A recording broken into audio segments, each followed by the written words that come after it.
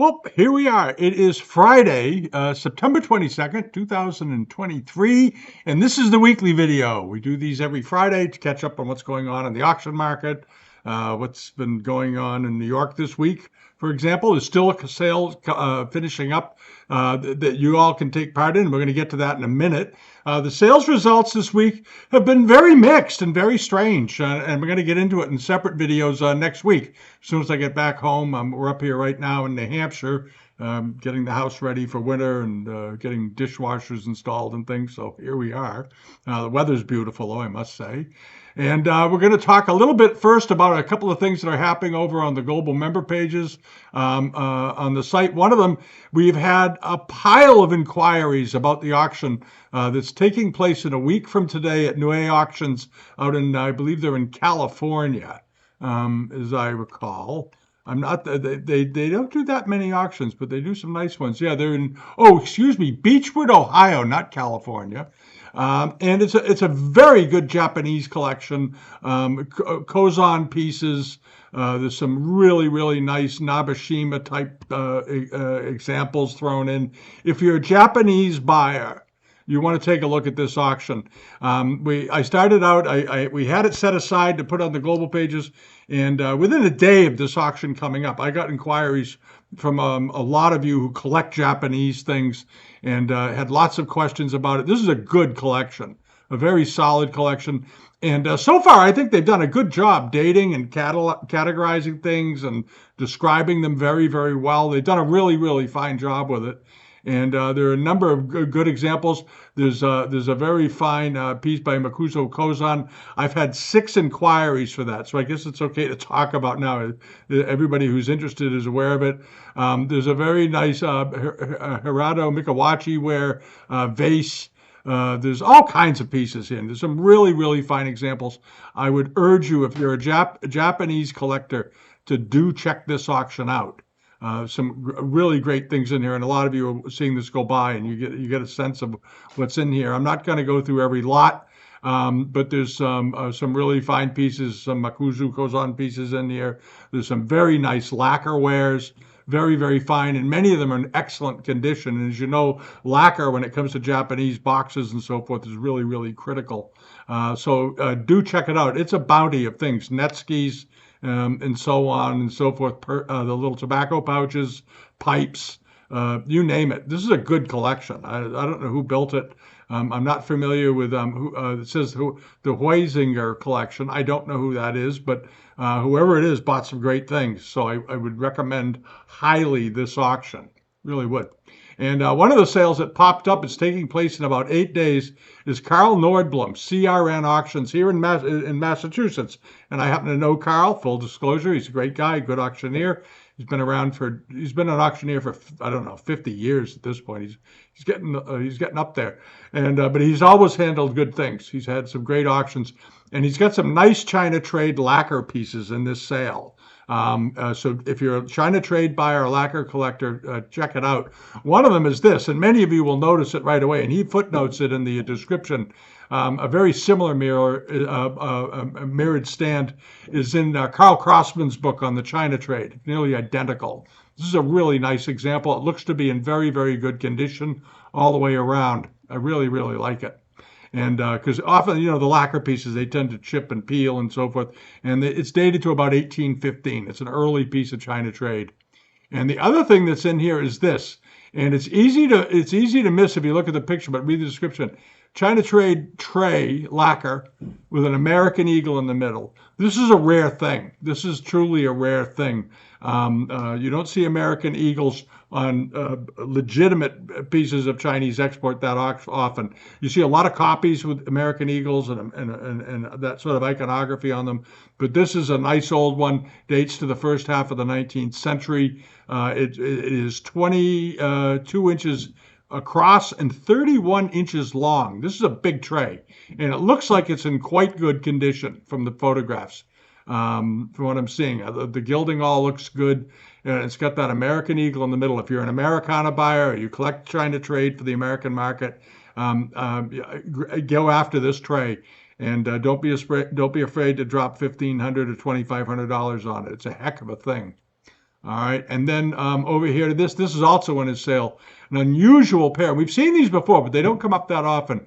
Is one of these very, very heavily gilded 19th century Chinese export from Milrose vases, and on this one they're using the front on the front here. You see there's a vase drawn onto the vase, which is quite unusual. And there's another vase drawn onto the vase above here, and then one of these sort of Jun type ware planters and so forth.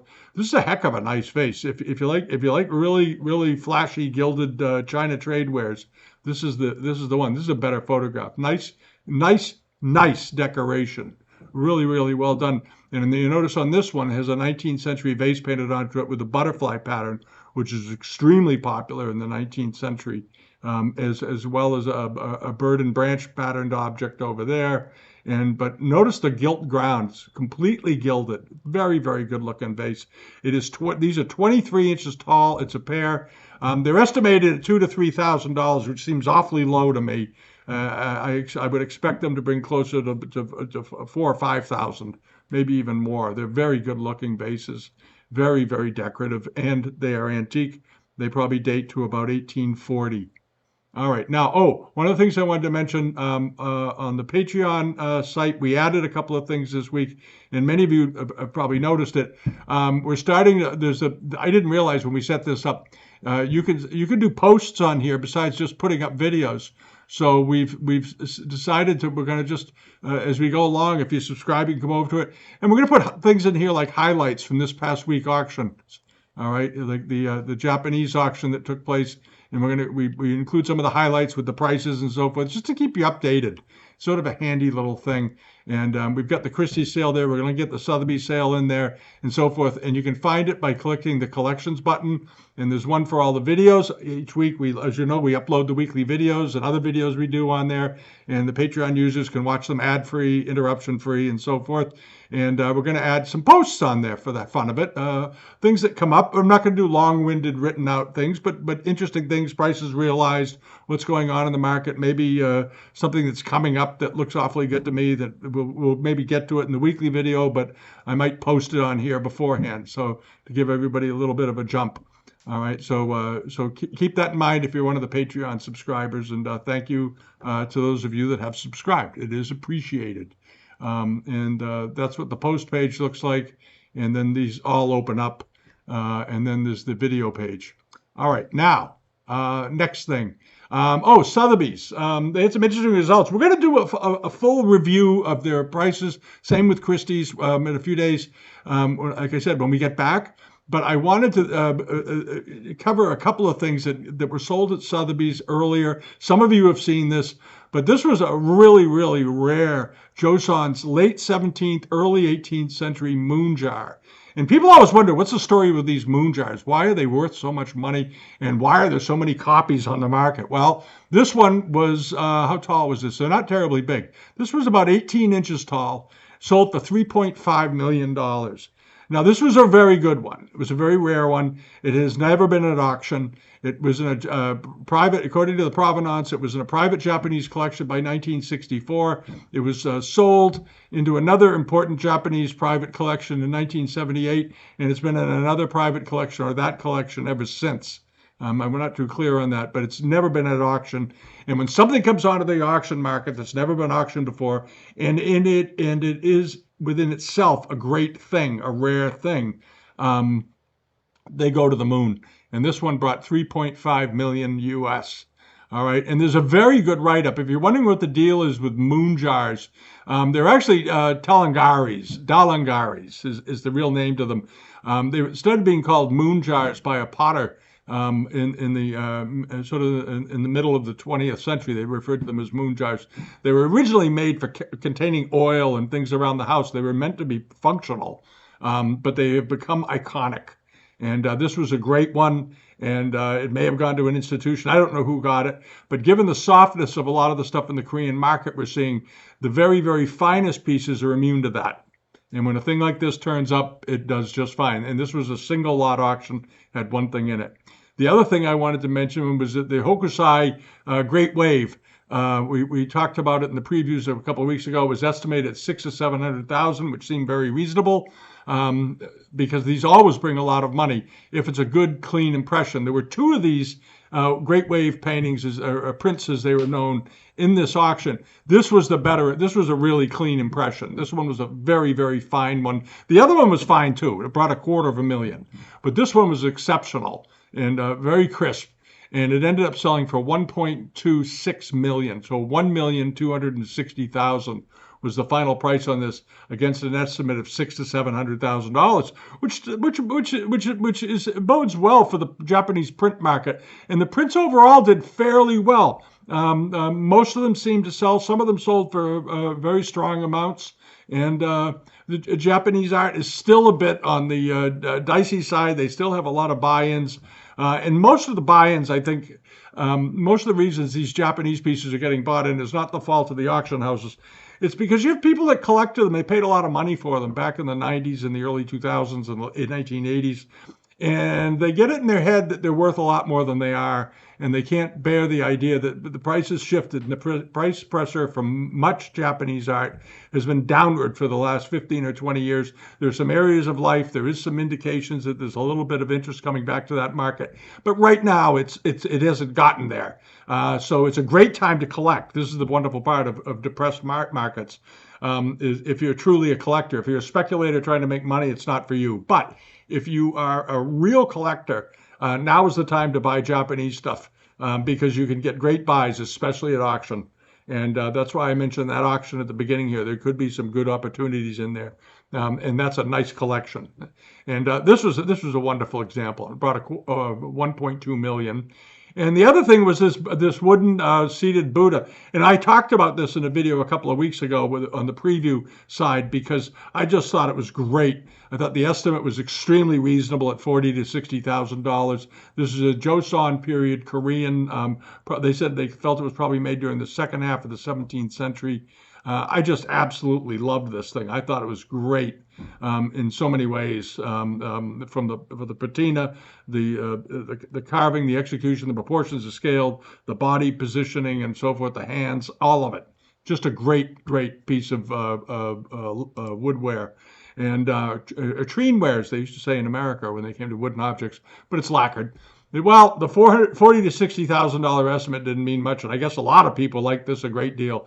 It ended up selling for $201,600, but I don't think it was 40 inches tall. I think this was a really, really nice example. And the only provenance they gave out of it, that came from an estate in Bel Air, California. But a beautiful thing. Now, over to this. At Sotheby's right now, they still have 4 days to go on an auction. If you're a dealer or a collector with a modest budget, meaning you're not diving into the deep end on $50,000 and $100,000 pieces, this is an online sale they're doing. And if you're a dealer, pay attention.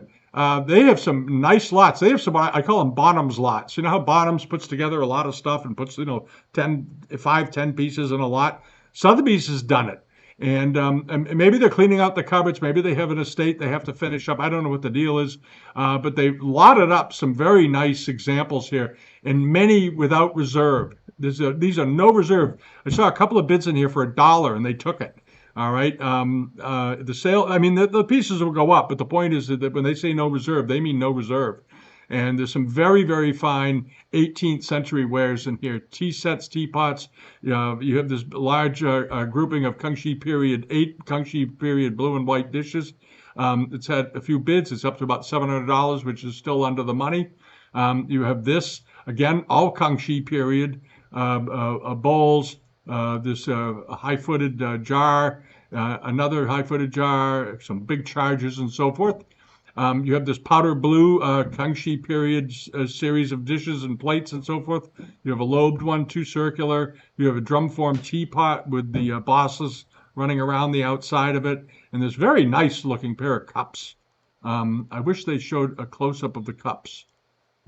Oh, there we go. That's pretty good. Those are nice. I like those with the fan patterns in the sides. I think those are very, very attractive. But this is a good lot. It's a generous lot. It's got 10 bids. It's up to $800. Do your homework on it. It should bring more than that.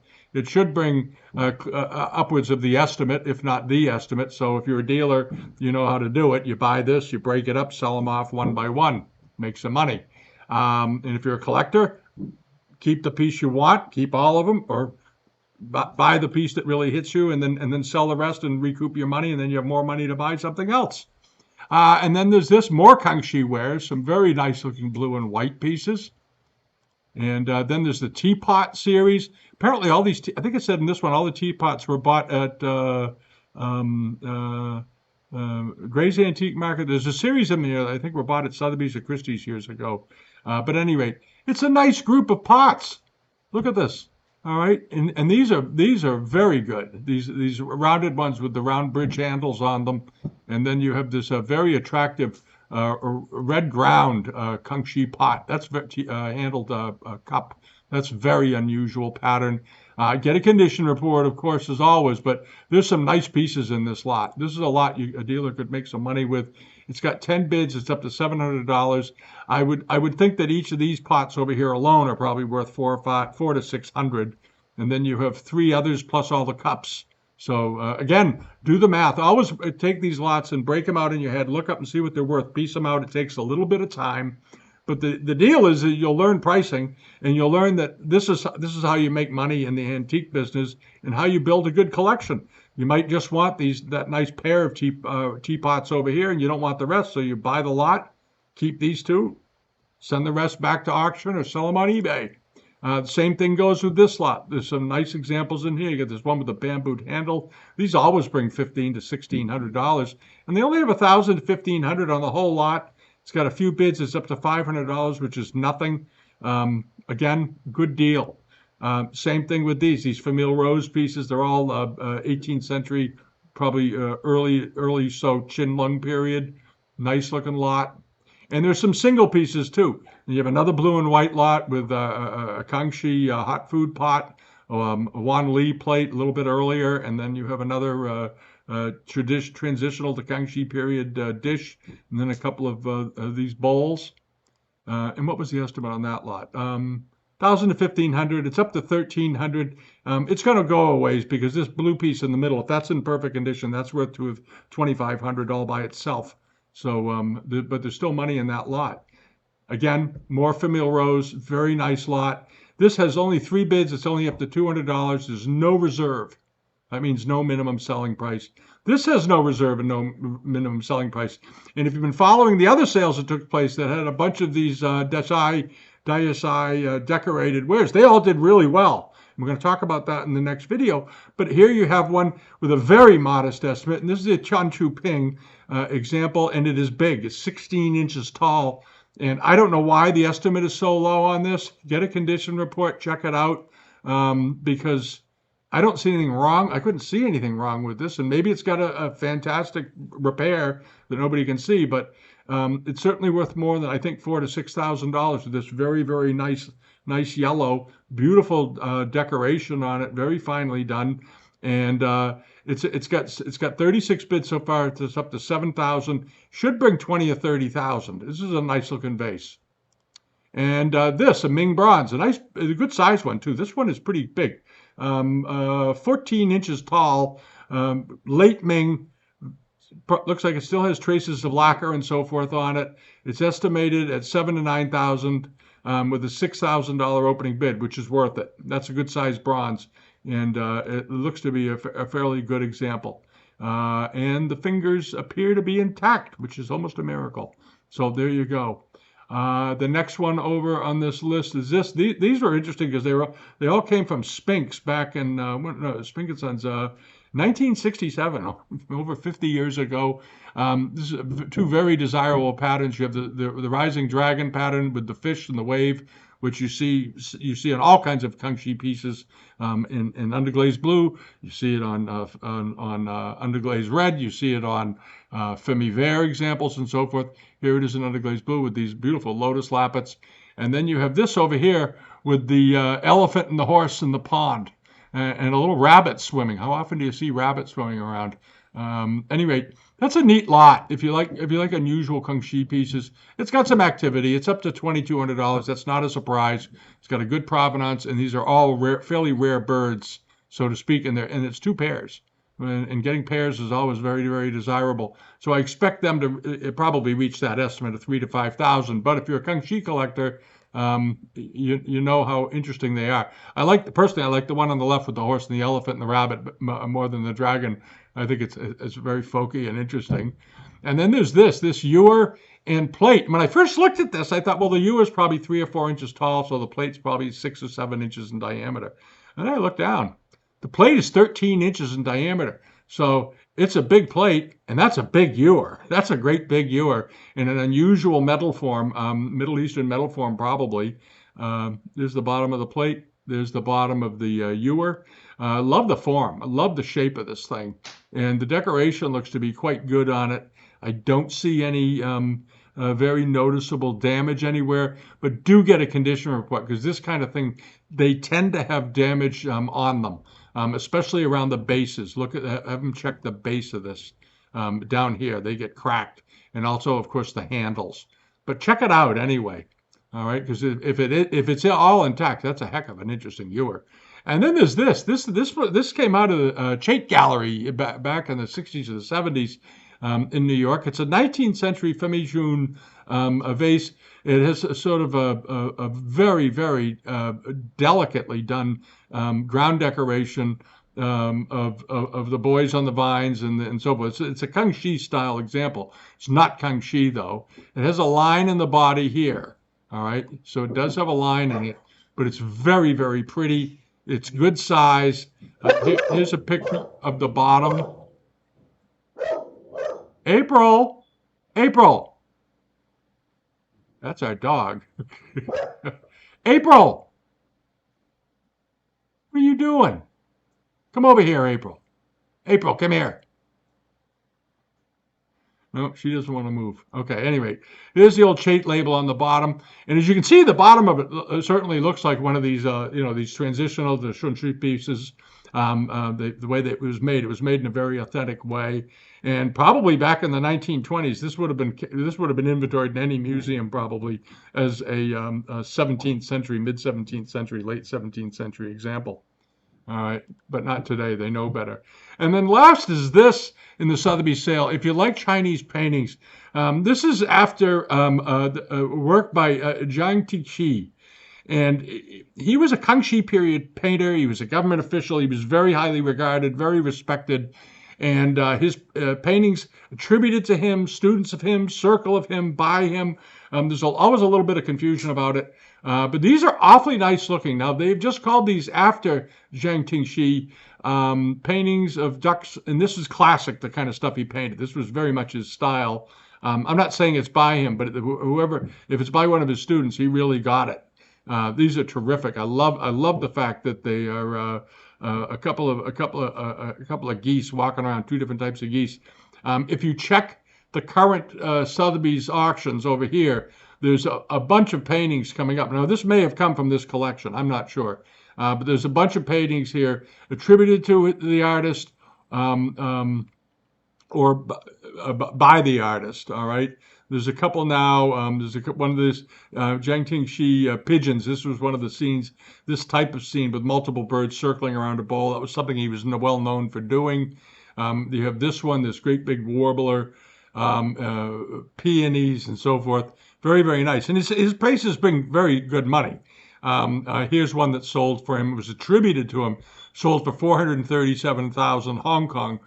Which indicates it was probably by him. I guess they may have said attributed because they couldn't be absolutely certain, but there are people who are absolutely certain, and they recognize it for what it was.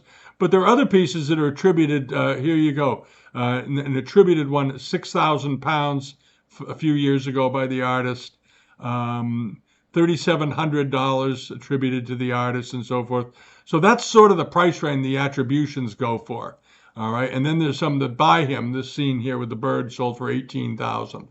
All right, so they're attributing these, and they're only giving it an estimate of $800 to $1,200. That is very low, even for a well attributed painting.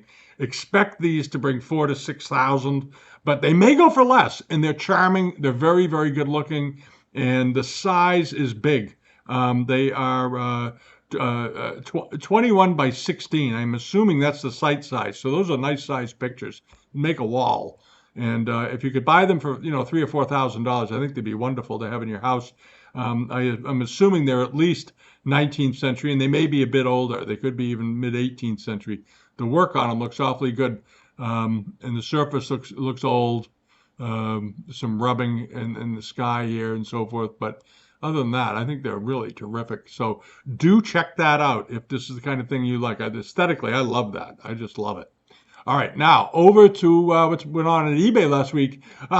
We put a lot of stuff on there last week. A lot of it hasn't closed yet.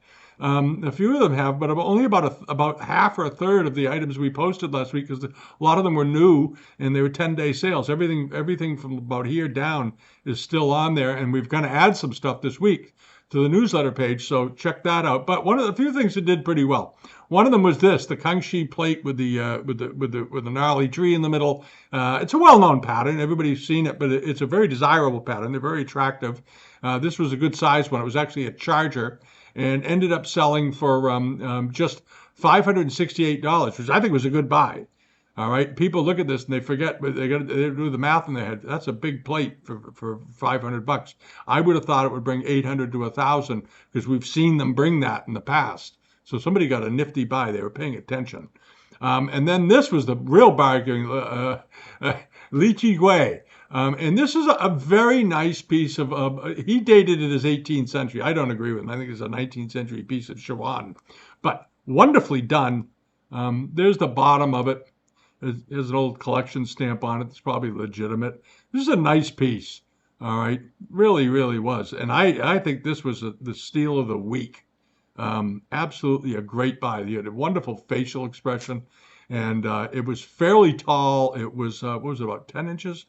I'm going to double check that just for a second. Here we go. 33 cents. No, it was bigger. It was 13 inches, 12 and a half inches. It was over 10 inches. That was a heck of a good buy. It went for $76 from a seller in the UK. That was a really, really good deal.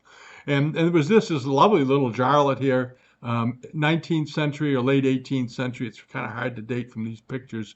But it was nicely decorated. Good little pot, well potted, sold for $560. All right, and think back to those lots you just saw over at Sotheby's. You get a whole table of 18th century wares. Keep the scale in mind, the difference between what Sotheby's sells a lot for and what you can get individually for them on sites like eBay. And then next is this. I was hesitating to put this in the newsletter because it's sort of late, but this is. But I think it's interesting historically. I hope one of you bought it. It was a People's Republic, a Mao era, beautifully carved box with people outdoors exchanging notes or books or papers or something in this very charming little village scene. The carving was quite good, I thought. Very, very good. Very much done in the revolutionary style, the way they depicted people and so forth. But quite a nice little box. And Cultural Revolution stuff, people are collecting it. Especially the earlier things, the things from the 1950s and early 1960s, because it's historic. It was a big conversion point, obviously, for China. It changed everything. How we look at China today is still impacted by it, obviously, and so forth. And this is an interesting artifact from that time. Really, really is. And I think somebody got a good buy. They paid $373 for it. Nice looking box, well carved. It's something you could live with. Did they bother to put in the dimensions? Where is it in here? It was 12 wide by 7 deep by 6. So it's not a huge box. It's like almost like a glove box, but nicely carved. It's sort of an interesting thing from an interesting time, 70, almost 60, almost 70 years ago. So time is passing. All right, and then over here, what's coming up this week? A couple of things. One of them is this. It's a Rockefeller pattern plate.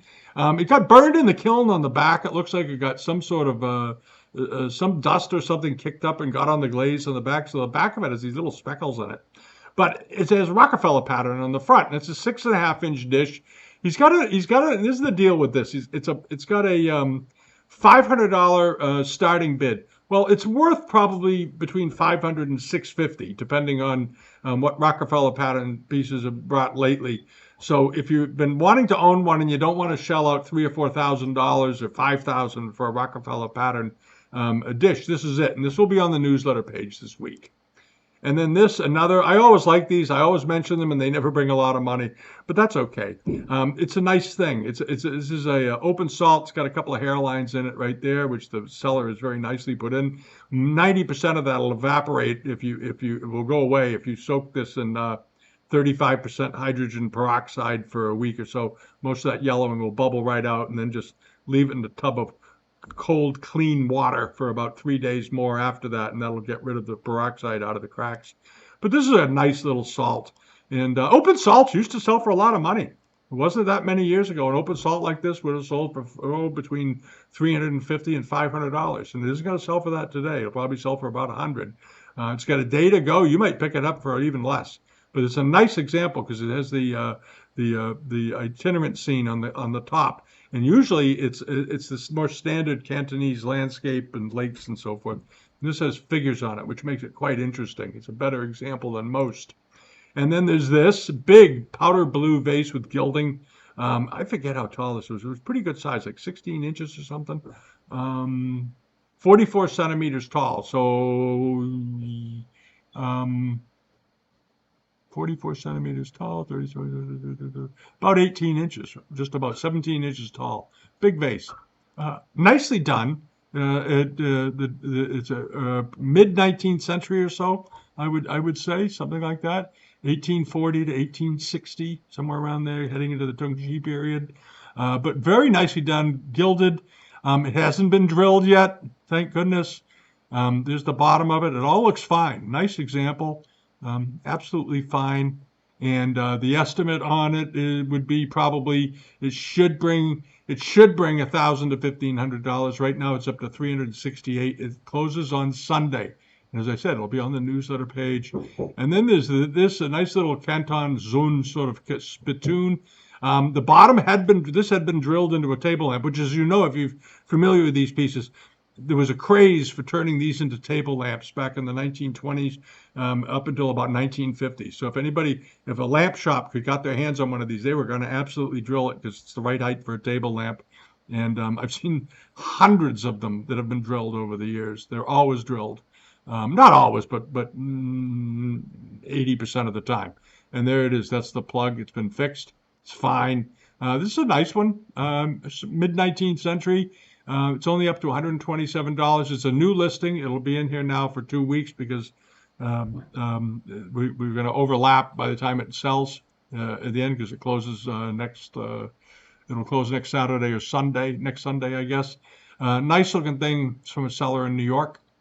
And then this is a neat thing. If you like old books and catalogs, this has got just one bid, and this will be on the newsletter page. This is a Spink catalog from around 1910 or 1920. And I loved how they illustrated things back then. And Spink's handled some awfully good things, as many of you know. They handled great things. And in this are some very nice, very rare, and now taboo to sell rhinoceros horns. And you can see in here, the rhino horn was 17 pounds. All right, around 2015-16, when they stopped allowing these things to be sold, a rhino horn cup like that would have probably sold for about $120,000. But there's some interesting objects in this book. That's all I'm going to say. And if you like these old books and find them sort of romantic and interesting, and how they wrote them, how they worded the descriptions and so forth, and you want to build a nifty, I mean, they use that sort of Chinese-esque typeface in their fonts and so forth. Very politically incorrect, I guess, today, but what the hell. And there's the back of it. Nice book, though. If you're building a library, this is a great thing.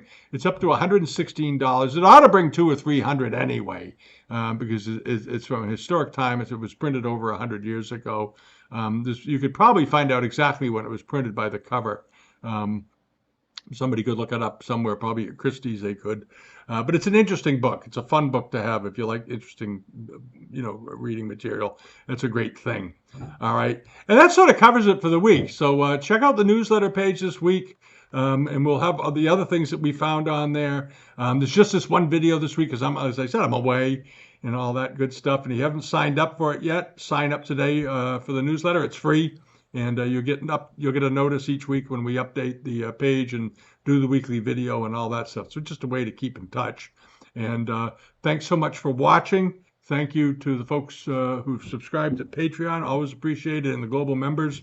Always check the global member pages though. If you guys subscribed to it and you haven't looked in a while, check it this week. It got loaded this week with stuff. There's a bunch of auctions in there in the EU side and the US side. And we're going to be adding some more in the next 24 hours to it as well. Because it's gotten very, very, very busy again.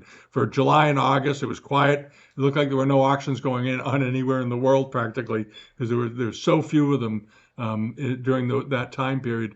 And then all of a sudden, bang. As a matter of fact, one of the pages we had to adjust it because it wouldn't load. There were so many things on it, and we had to move one of the sections off of that page and onto another page because it was too full. All right. That's it. Have a wonderful weekend. Give us a thumbs up, subscribe if you haven't so far, and thanks very much for watching, as always. All right. Bye-bye, everyone.